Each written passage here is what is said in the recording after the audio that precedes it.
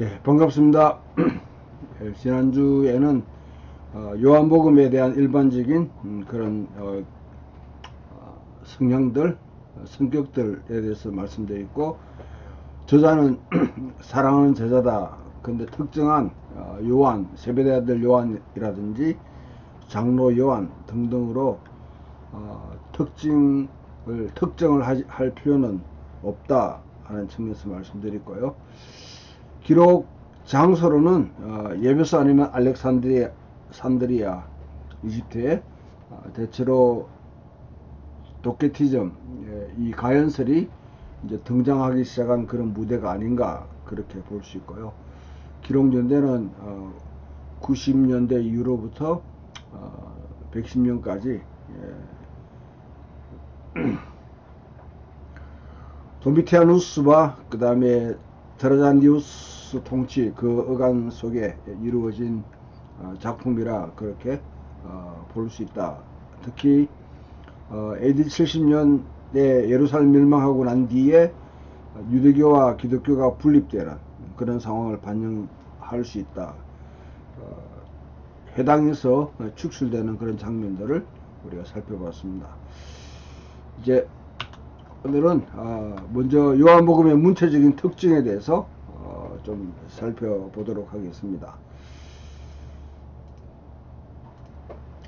시적 형식으로 되어 있다 하는 것은 잘 알려져 있는 상황입니다. 성과 17장은 형식상 특히 1장 1절에서 18절까지가 프롤로그에 해당하는데, 선과 17장 예수님의 대제사장적인 기도가 있는 이 단락은 시적 문체를 띠고 있다는 것입니다. 독특하게 장엄한 형태를 이루고 있고요. 구약시와 같이 운율의 병행법이 있는 것이 아니라 운율이 거의 같은 길이의 구절로 구성되어 있다고 볼 수 있습니다. 그래서 아람어 기원을 가지고 있다고 그렇게 논증하기도 하는데, 그것은 추측일 뿐이고요. 예수님이 공간복음에서보다는 요한복음에서 더 장엄하게 말씀하고 있다는 점을 볼 수 있는데, 그것은 구약에서 하나님의 선지자나 인격화된 신적 지혜를 통해서 특히 잠언 8장에 통해서 말씀하신 신적 연설을 대체로 시로 구성되어 있습니다. 그래서 하나님이 하시는 언어는 되게 시적인 용어로 표현된다 그렇게 볼 수 있죠.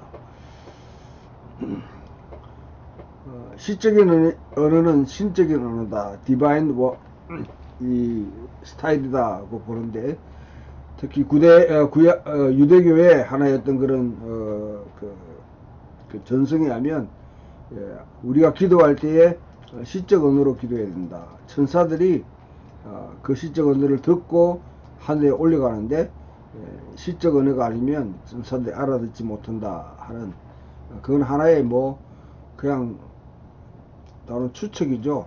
상상력일 뿐인데, 그래도 그런 상상력이 이게 나온다는 자체가 그 유대 세계에서는 특히 하나님은 시적인 언어를 사용하신다 하는 것을 볼 수 있습니다. 인간들은 산문적으로 소통한 것과 차이점을 볼 수 있습니다. 요한의 예수는 하나님으로부터 오셨으므로 그 말씀은 좀 더 장엄하고 성스럽다고 표현하는 것이 적절하다 그렇게 볼 수 있습니다. 두 번째, 문체적인 특징 가운데 이 오해가 언더스탠딩을 하나의 중요한 특징을 하고 있는데, 비록 예수님이 위로부터 오셔서 무엇이 참이고 실제인지를 말씀하시는데, 그렇다 해도 말씀이 육신되신 예수님은 자신의 메시지를 전달하기 위해서 아래로부터의 언어를 사용해야 됩니다. 이런 위로부터 오신 분이 아래로부터 온 언어를 사용할 때에 생기는 하나의 어떤 그런 간극, 거기서 어떤 오해들이 그렇게 발생하는데요. 예수님 자신을 기술하거나 자신의 메시지를 표현할 때 빈번하게 상징적인 언어나 언어적인 표현을 사용합니다. 그 뒤를 뒤따라오는 그런 대화들에서 비질문자들은 이런 이제 은유들이나 상징들을 올바로 이해하지 못하고 오직 물질적인 의미만 그렇게 취하게 돼 1차원적인 의미만 취하게 됩니다. 이로 인해서 예수님은 보다 철저하게 자신의 생각을 설명할 필요를 느끼게 되고 이로써 자기 논지를 드러내고 그렇게 많은 이어지는 담화들이 이어지게 되는데 요한의 성육신 신학의 기운에서 이러한 오해는 심사숙고한 문법적인 문학적인 기법이 되어 왔다고 볼 수 있습니다.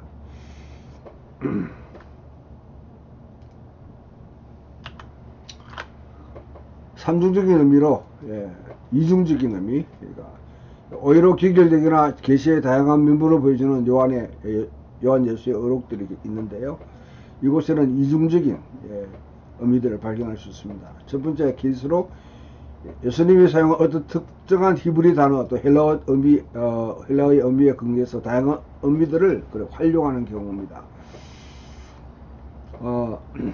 진실로 내게 이르노니 사람이 거듭나지 않으면 하나님 나라를 볼 수 없다 했을 때 첫 번째 게네세 겐나오에서 나오는 그 다음에 게네메노스 이 하나의 분사 형태죠.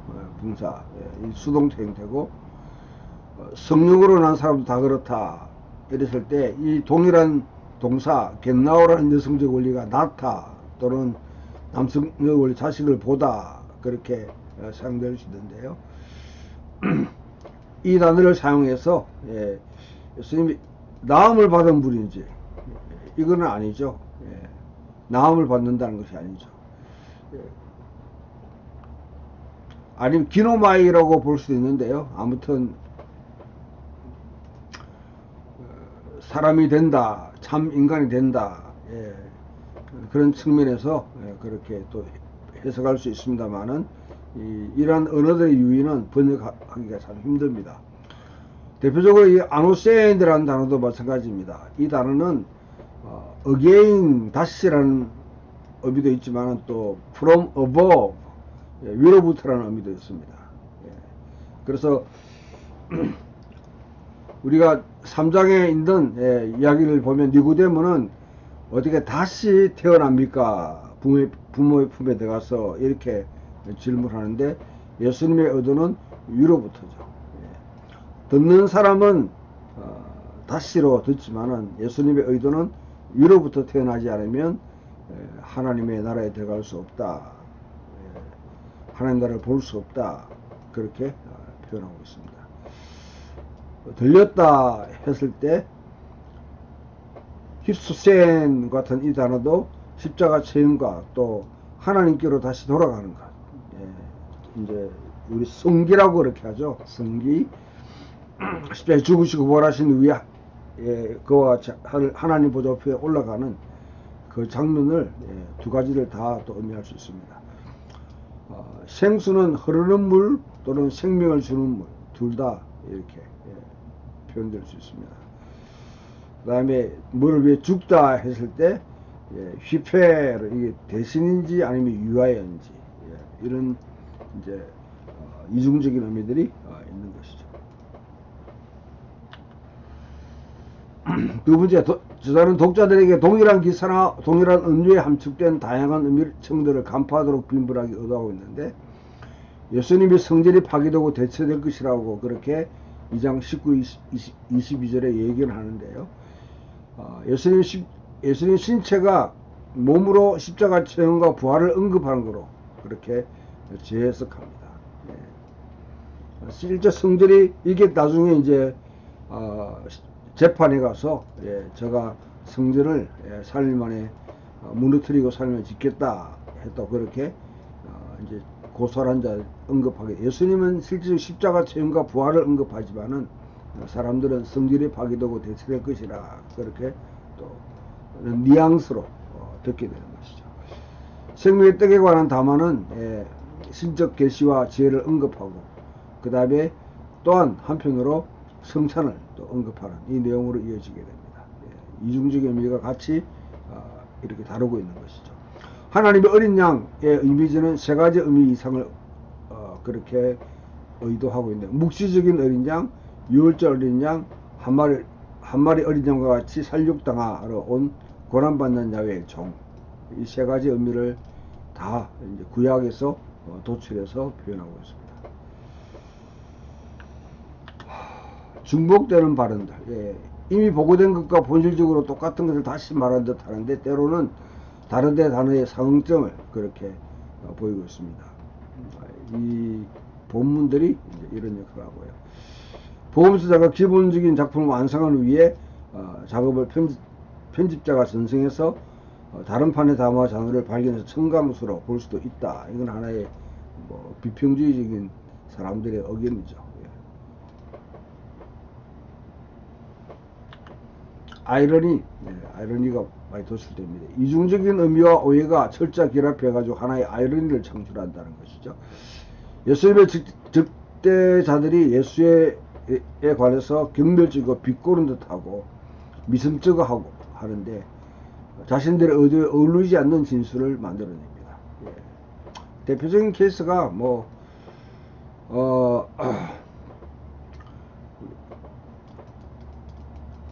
엑세 호모라고 했던 이 빌라도의 말이죠. 빌라도는 이제 예수님을 아주 그냥 비꼬는 듯이 그렇게 미심쩍은 듯이 가르치면서 이 사람을 보라 했지만은 사실 본문 자체는 진정한 하나님 형상으로 지음받은 온전한 인간으로서 예수를 그대로 지목하고 있는 빌라도에게서 그런 이제 은혜가 나오는 것이죠. 3장 2절에 바리새인 중에 니고데모라는 사람이 있으니 유대인 지도자라. 그가 밤에 예수께 와서 이르되 랍비여 당신은 하나님께로부터 오신 선생인 줄 아나이다. 하나님이 함께 하시지 않으면 당신이 행하시는 이 표적을 아무도 할 수 없습니다. 어떻게 보게 되면 예수님을 칭송하는 것 같지만은 유대인의 지도자라 하면 랍비에 해당하는 사람입니다. 랍비 사내들인 또 해당의 구성원인데요. 그가 밤에 찾아왔다. 밤에 낮이 아니고 밤에 찾아왔다. 어두운데. 요한복음에서 이 빛과 어둠의 상반이 딱 드러나게 됩니다. 어둠에 속한 사람, 빛에 속한 사람. 스스로 어둠에 속한 사람으로 자기 자신을 그렇게 나타내는 것이죠. 하나님께로부터 오신 스님인 줄 압니다 하면서도 사실은 아무도 할 수 없음입니다. 그러면서 질문을 하는 거죠. 질문을 하는 거죠. 이런 내용들도 하나의 아이러니를 나타난다 볼 수 있습니다. 4장 12절에 우리 조상 야곱이 이 음물을 우리에게 주셨고 여기와 자기 아들들과 짐승이 마신 당신이 야곱보다 더 큽니까? 하고 질문하는 경우도 사마리아 여인이 질문하는 그 내용도 이런 측면에서 볼 수 있습니다.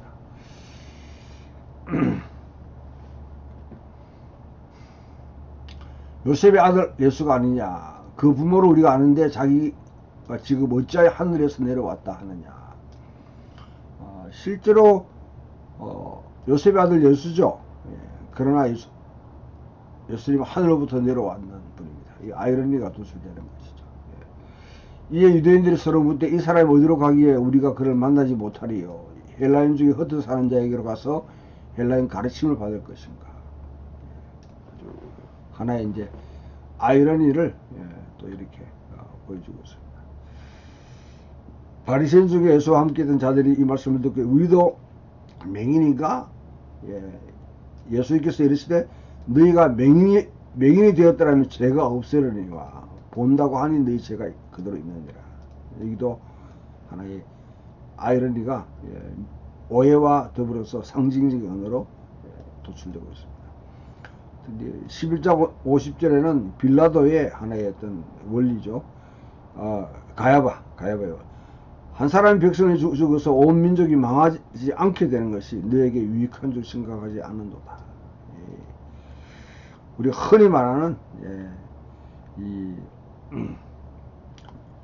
소가 희생돼서 대를 살린다 하는 그런 측면에서 한 사람을 희생력으로 만드는 것 정당화시켜.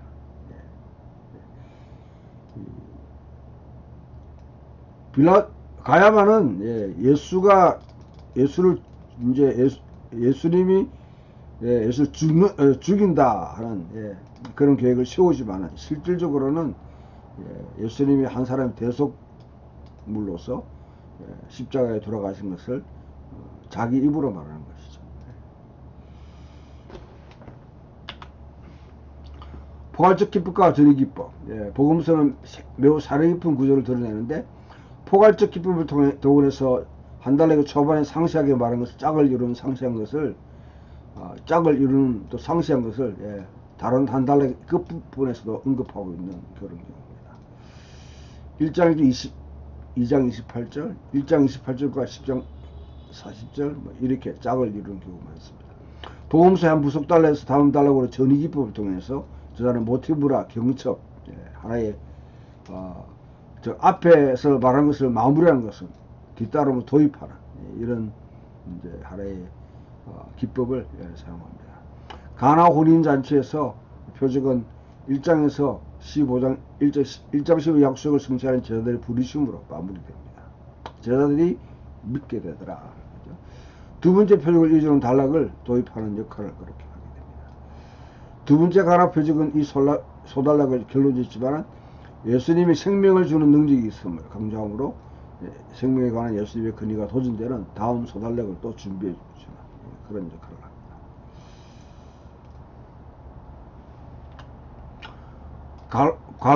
갈호와 각주. 빈번하게 갈로를 묻는 주석을 제공하는데 셈적인 용어들을 이제 헬라 문화에 사는 사람들에게 독자들 읽을 수 있도록 설명해주는 메시아가 그리스도다, 게바가 베드로다, 실루암, 도바 등등 이와 같은 이제 그것을 설명해주고 있습니다. 기사의 발전이나 지리적 특징을 발전한 배경을 제공하는 경우, 심지어 신학적인 전망들을 제공하는 경우도 등등이 있습니다. 이런 거는 하나의 상황, 팔레스타인이나 유대에서 첫 번째로 전수됐던 전승이 이제 또 다른 상황, 디아스포라나 이방인 지역에 선포되는 상황을 반영할 때 반영해 준다고 그렇게 볼 수 있습니다.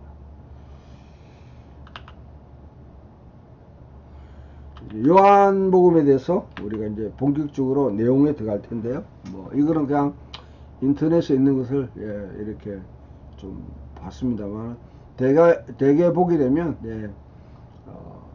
이 7가지 예수님의 에고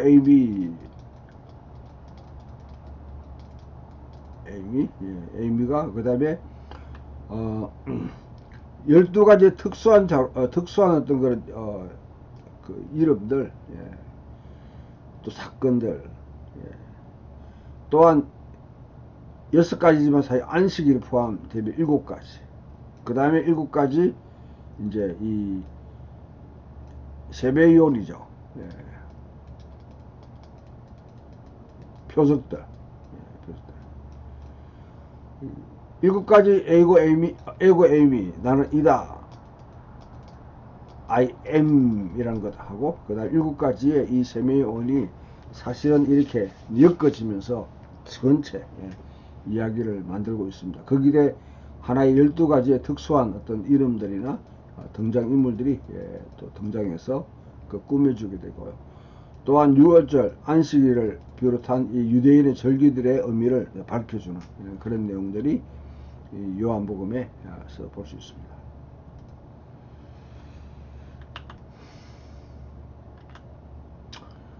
7가지의 이 표적들, 물을 포도주로 만드는 것, 그 다음에 가난의 아들을 고치시는 것, 그 다음에 안전뱅이가 걷게 만드는 사건. 물 위로 걷는 요거는 여러분들이 하나의 캐치원으로 두면 됩니다. 사실 이게 이제 가장 과연 요한 복음에서 어떤 기능을 하느냐에 대해서 표적으로 볼 수 있는가, 구체적으로 기적에 해당하지 표적으로는 볼 수 없다. 뭐 그렇게 우리가 볼 수 있고, 그렇다면 나머지는 어떻게 되느냐. 십자가 체험과 부활 자체가 하나의 중요한 사인이, 마지막 최종적인 사인이 되는 것이죠. 5,000명을 먹인 사건, 그 다음에 이 아, 태어날 때부터 이렇게 소경을 고치신 것, 그 다음 나사로를 살리신 것, 십자가에 죽으시고 부활하신 것, 이런 것들 7개의 그런 표적들로 우리가 이것을 항상 2장, 4장, 5장, 6장, 9장, 11장에 쭉 이어지는 이런 것들과 그 다음에 이게 하나의 주의라고 그러면 또 하나의 주는 에고 에이미, 나는 이다 이런 것인데요. 이 세배요는 하나의 표적이라 그렇게 에고 에이미 I am 되는 것이죠. 나중에 이게 야훼라는 이름을 나는 스스로 있는 자니라. 야훼만이 I am이라든지 이런 것들이 직접적으로 어떤 그 수르를 가지고 있는 경우, 아니면 I am 나는 건이라 하는지, 이와 같이 서술적으로 또 표현하는 경우, 절대적인 용어로 표현하는 경우 등등이 등장하는데, 에고 에이미가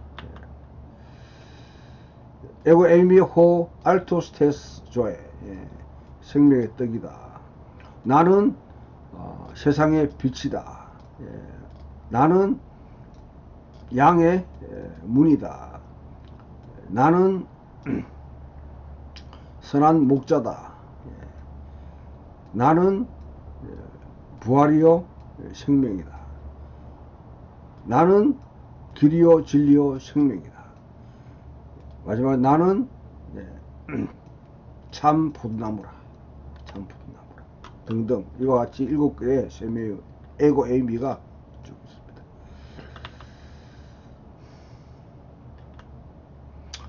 이 야훼 아도나이라는 것, 이 두 개가 여기서 이제 이거는 보통 주로 그렇게 표현되는 것이죠.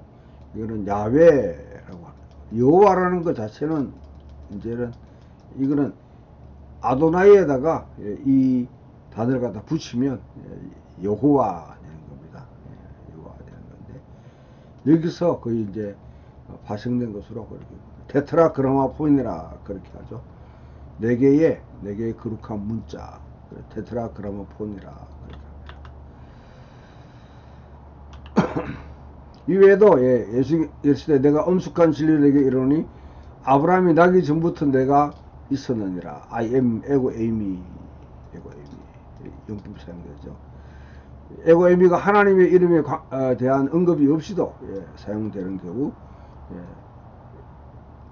예수께 세마리아 여인에게 자신의 메시아로 밝혔을 때 내가 그니라 에고 에이미 이렇게 표현하죠. 무리로 걸어오실 때 저들에게 하신 말씀, 두려워하지 말라 내니라 할 때도 마찬가지입니다. 태어날 때도 속인 사람이 나도 사람이다. 이거는 예수님이 사용하지 않는 경우죠. 그런 독특한 이와 같은 용법들이 많이 사용되고 있다 하는 것을 볼 수 있습니다.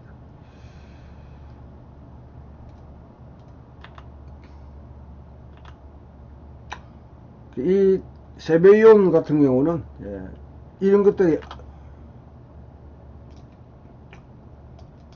에고 에이미와 그 다음에 세배이온이 결합되어서 하나의 무슨 갖다가 사인포스트를 만들어요. 사인포스트를 만듭니다. 톰 나이트가 요한복음을 바탕으로 하나 7개 브로큰 사인포스트라는 책을 썼는데요. 아직 한글로 번역되지 않은 것 같아요. 사인포스트는 지시표죠. 지시표. 가리키는 거.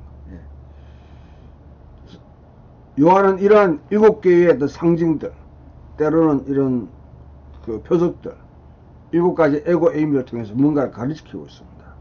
계속. 자, 그 가르치는 목적지가 어딘가, 무엇을 가르치는가, 그 목적지는 이것은 요한복음 20장 31절에 보면 내가 많은 이 외에도 많은 세베이야를 행하였으나 에포에는 예수 그리스도가 예, 이와 같이 제자들에게 앞에서 아노피온 행하였으나 우크 에스틴 게 그라메나 엔토 비블로 아우토, 예, 이 모든 것들은 예, 성경에 기록되지 않았다는 것이죠. 이외에도 수많은 예, 다른 이적들 말씀들을 하시는데 특히 세명에 보여주시는데 이것들을 기록하게 된 것은 이거는 뭐 할애함이라 피스테우 세테라든지 여기가 이제 사본상에 아주 피스테우 세테, 피스테우 에테, 세테 시그마가 붙은 요게 지금 이 사본상에 딱 이렇게 서로 균형을 맞춰서 뭐라고 결정할 수 없어요. 예. 예수 그리스도가 예, 그리스도이시고 하나님의 아들이시며 또한 뭘 믿게 하려 합니다. 이 현재로 이렇게 하게 되면 믿음을 촉발하게 되는 것이고요. 피스테오 세테 하게 되면 부정가가 되니까 이거는 이미 믿은 것을 확정시키죠. 예. 이제 이런 두 가지 의미가 있는데 이 두 가지 중에 뭘 한 개 선택해야 된다.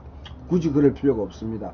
사본상에 이와 같이 균형 잡힌 그와 같은 증거들이 있다는 것은 두 가지 의미가 다 앞에서도 봤듯이 예수님은 하나의 언어를 통해 요한의 기법 가운데 이중적인 의미를 만들어내는 것들이 많다 했을 때 이 단어가 두 가지 의도를 그대로 드러낸다고 볼 수 있죠. 그리고 그의 이름으로 영생을 가지게 하려고 믿게 하랍니다. 믿고 영생을 가지게 하랍니다. 이 목적을 향해서 가는 것이죠. 이 목적. 우리 앞에서 보게 되면 자 7개 선이 하나의 이제 전에 팔을 깐다고 그럽니다. 그 다음부터 이어지는 7개의 이 에고 에이미, 그 다음에 7개의 이 표적들이 가르치는 게 있다고. 뭘 가르칩니까? 궁극적으로 예수 그리스도가 그리스도이시고 하나님의 아들이시며 그런 믿음으로 말미암아 그의 이름으로 영생을 얻게 하랍니다. 생명을 얻게 하랍니다. 그 목적.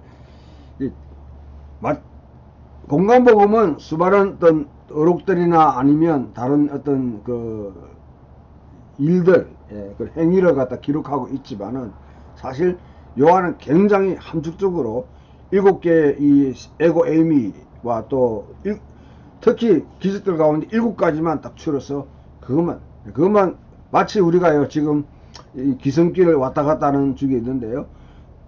서울에서 출발해서 부산으로 간다고 그랬을 때 중요한 그쯤에 표적지만 보고 가게 되면 결국 목적지에 이르는데 그것은 예수 그리스도가 그리스도 메시아이시고 하나님의 아들이시며 그 믿음을 촉발하고 믿음을 확신케 만들고 그 믿음으로 말미암아 이제 그의 이름으로 생명을 가지게 하랍니다. 그 목적지를 향해서 나아가는 것이죠.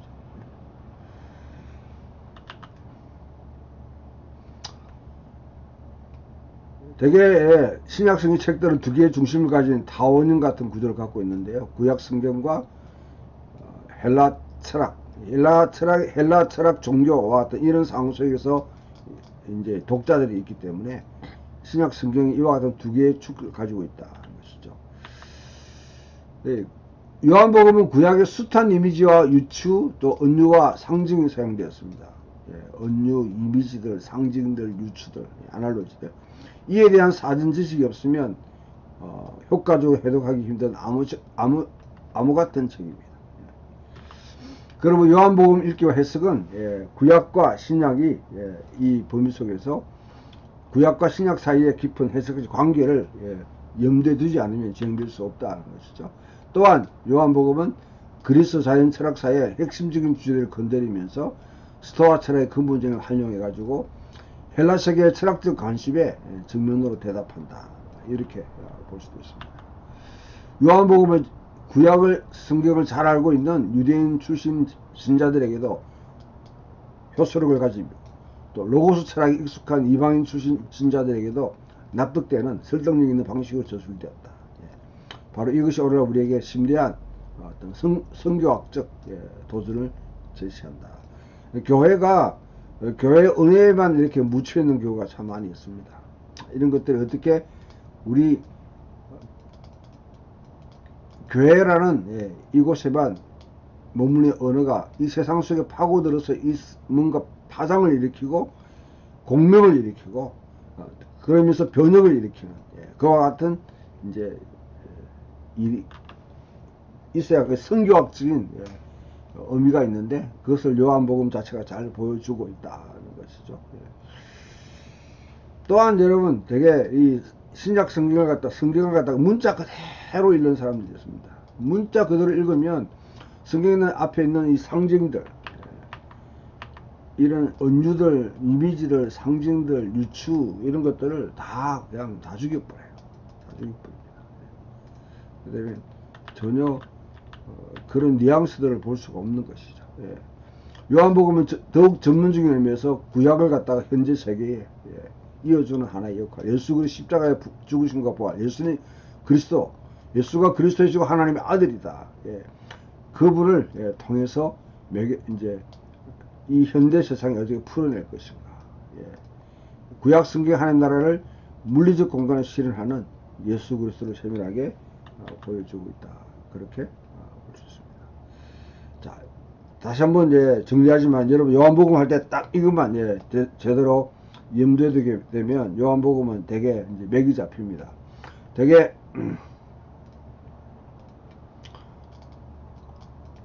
이 프롤로그 서원이 있고요. 그 다음에 나는 이다 하는 7개의 이 메시지들, 그 다음에 7개의 세매의 표적들, 또 이와 같이 둘러싸고 있는 7개의 절기들, 물론 6월절이 두 번 반복됩니다. 또 안식일 포함해가지고 이런 것들 의미를 이와 같이 표현하면서 궁극적으로 어디로 가냐, 예수 그리스도가 그리스도이시고 하나님의 아들이시며 믿고 그 믿음을 촉발하게 만들고 믿음을 확실하게 만들고 또 그 믿음으로 말미암아 그의 이름으로 영생을 얻는 이 길로 이끌기 위해서 이와 같이 서해졌다. 그리고 맨 마지막 이제 에필로그죠. 21장이 하나의 전체를 또 이어주면서 이제 파송을 하는, 세상으로 파송하는 그런 의미를, 선교적인 메시지를 담고 있습니다. 이 서론과 프롤로그와 에필로그, 그 다음에 중간에는 이제 우리가 순서를 갖다가 정확하게 이렇게 외우지 못한다 할지라도 7개의 표적들, 7개의 에고 에미들, 그리고 절기들 이런 것들 아울러져서 궁극적으로 예수는 그리스도이시요 하나님의 아들이요 그를 믿음으로 영생을 얻는다 하는 이 길로 이끌기 위해서, 그러나 궁극적으로 21장을 우리들이 떼낼 수 없는 게 바로 지성적인 선교입니다. 선교적인 메시지를 우리에게 전해주고 있는 것이죠. 자, 프롤로그. 프롤로그는 오페라의 서곡과 같습니다. 오페라의. 그 서곡에서 되게 전체가 전개될 하나의 어떤 그런 그 멜로디라든지 그 다음 주제들이 다 이렇게 소화되는데요. 프롤로그는 창조의 새로운 창조, 언약의 새로운 언약이 이렇게까지 이야기를 들려줍니다. 프롤로그는 펼쳐진 드라마의 주요 모티브들을 소개합니다. 예수님은 하나님의 빛이요 생명이며 신적 영광과 은혜와 진리를 지고하게 현시하시고 드러내시고 매니페스테이션 드러내시고 신적 로고스와 이에 대한 인간 정인들이 누구인지를 상기시켜 줍니다. 창조 이야기와 이스라엘 선택 이야기를 신적 김제, 성전 모티브를 가지고 임재의 장소 이스라엘 성전, 그리고 이스라엘의 언약 현장들, 모세를 주신 토라를 다 결합시켜 놓는. 그래서 창조 이야기와 출애굽 이야기, 그 다음에 오순절 이야기, 이 세 가지가 어떻게 여러분 이 전체 이야기 가운데 이제 드러나는가를 보는 거 좋은데요. 특히 신적 로고스가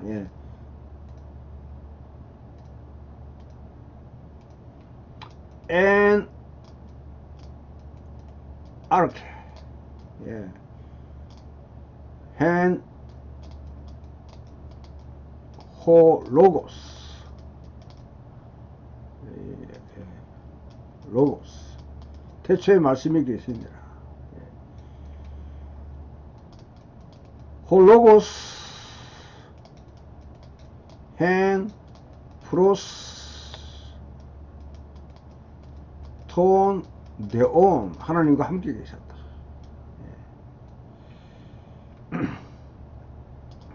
데오스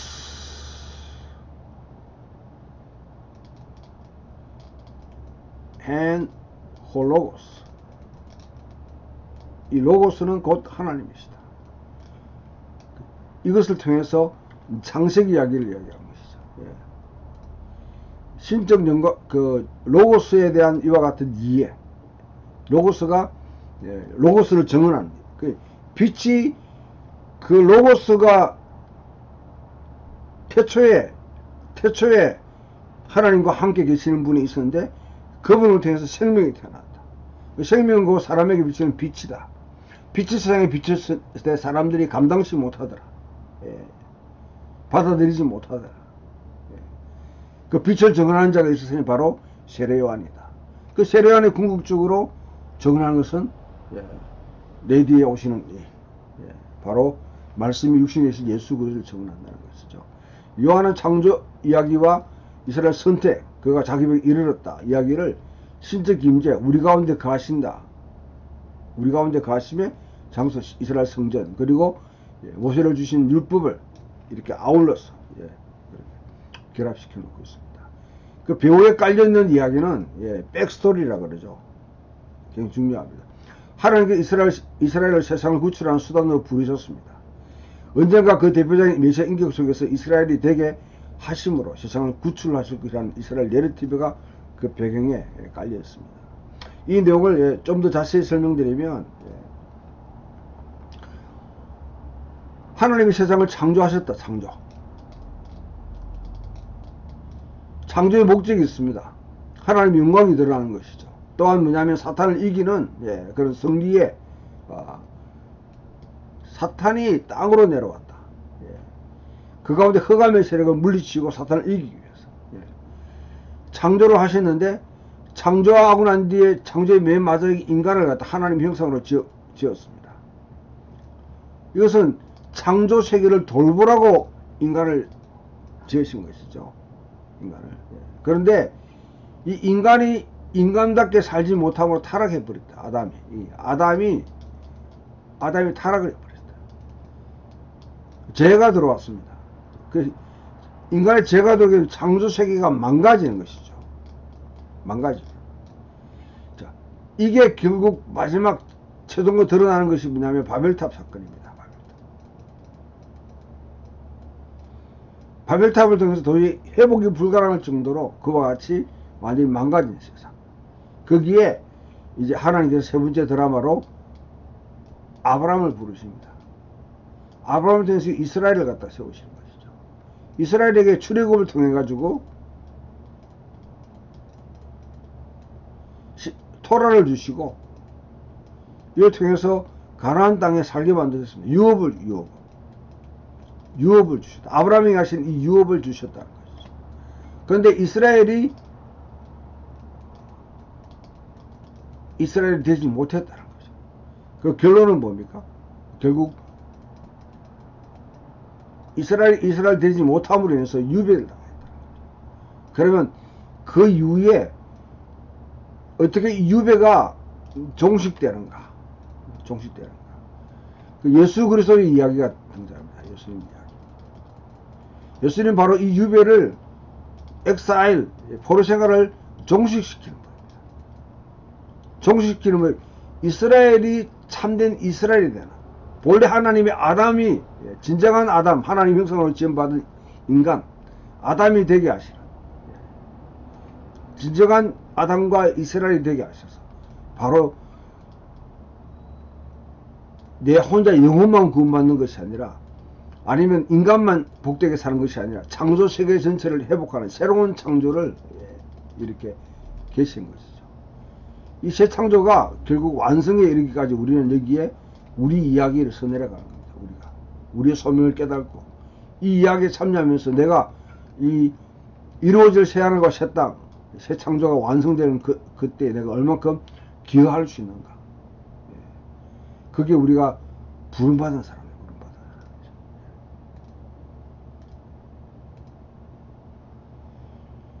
따라서 프롤로그에서 하나님의 백성과 함께 거하시고 그들을 얻으면서 구출하시겠다는 하나님의 약속은 신적 로고스를 세상으로 참 형상을 지닌 인간의 육체에 보내심을 통해서 이루어집니다.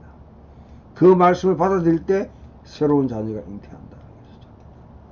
말씀이 육신이 되어 우리 가운데 가시며 우리가 그 영광을 보니 아버지의 독생자의 영광이요 은혜와 진리가 충만하더라.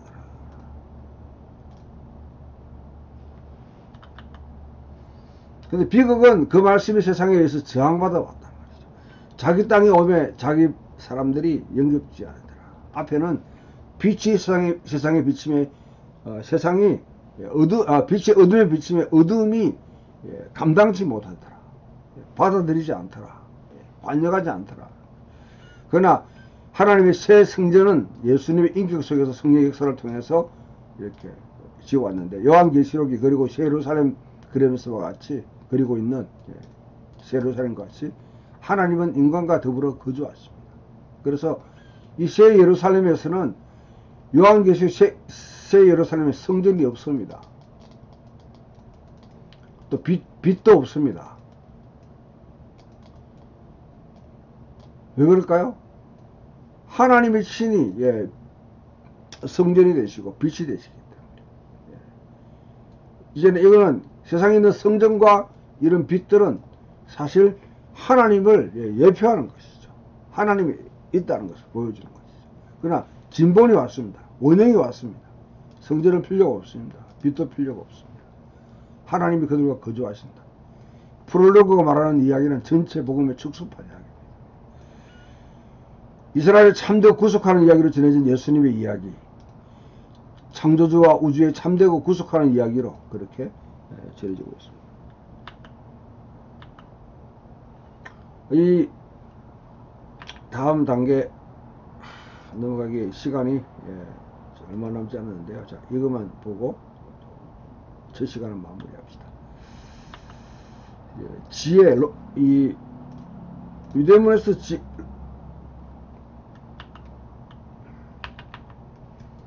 지혜는 로고스, 그 다음에 이 지혜 소피아라는 것은 거의 하나님의 그 창조주 하나님과 함께 창조할 때 그렇게 일을 했던 하나의 에이전트로 로고스 소피아가 언급됩니다. 그것을 유대문에서 이제 지혜 무는 형태로, 이 지혜는 하늘에 있는 것이 땅에 거주한다. 지혜는 야훼를 의인화한 단어입니다. 대표적인 잠언 8장이죠. 지혜는 하나님의 백성 가운데 거주를 하기는 원했지만 이스라엘의 거주지를 정할 때까지 한자리에 찾기 고분분투하는 모습으로 그렇게 묘사되어 있습니다. 잠언 8장, 지혜서 8장 4절 9절 등등.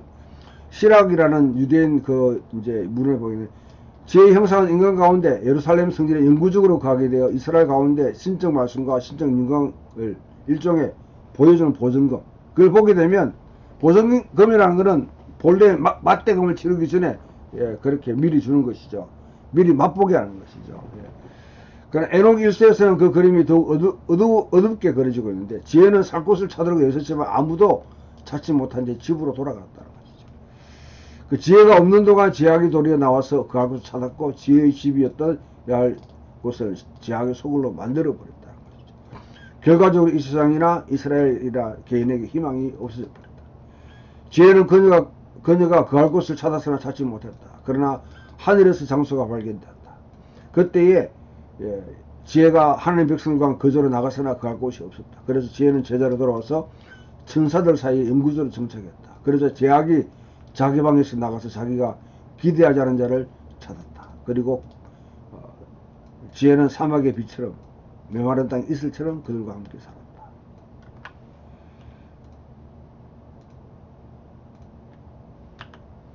이 동일한 주제를 요한이 전개하는데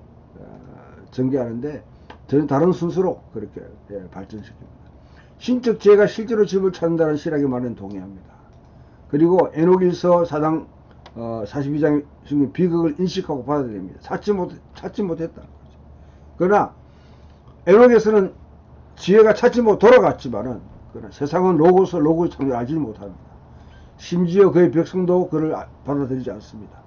그러나 세상을 불의하게 내버려두고 자신의 집으로 돌아가지 않습니다. 빛이 어둠이 이기지 못한다. 감당치 못한다. 로고스는 주류 유대교가 충분히 기대했던 것처럼 세상을 심판하기 위해서가 아니라 세상을 구속하기 위해서 오십니다. 요한의 지혜 로고스가 거하고 신적 능력을 계시하는 장소인 쉐키나, 토라, 예루살렘 성전과 언약 규정들 대신에 로고스가 육신이 되고 인간이 되어 나사렛 예수로 모습을 드립니다. 그럼 말씀이 육신이 되는 것이죠.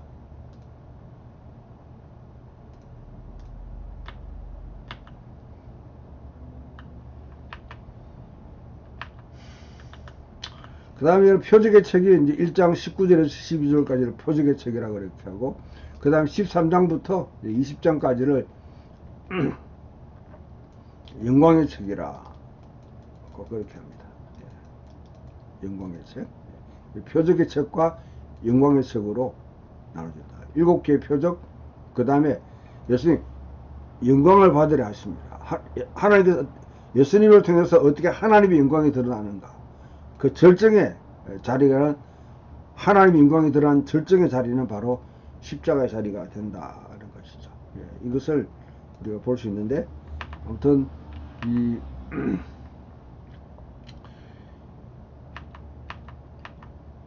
이 측면에서 우리가 프롤로그가 1장 1절에서 18절은 여러분들이 가능한 한 좀 암송하는 14절까지 암송하면서 그 흐름을 쭉 이해하게 되면 전체 요한복음을 이해하는 하나의 중요한 어떤 그런 논리적인 순서들, 시적 언어들, 또한 상징들, 그런 메시지들을 충분히 이해할 수 있는 그런 바탕이 될 수 있습니다.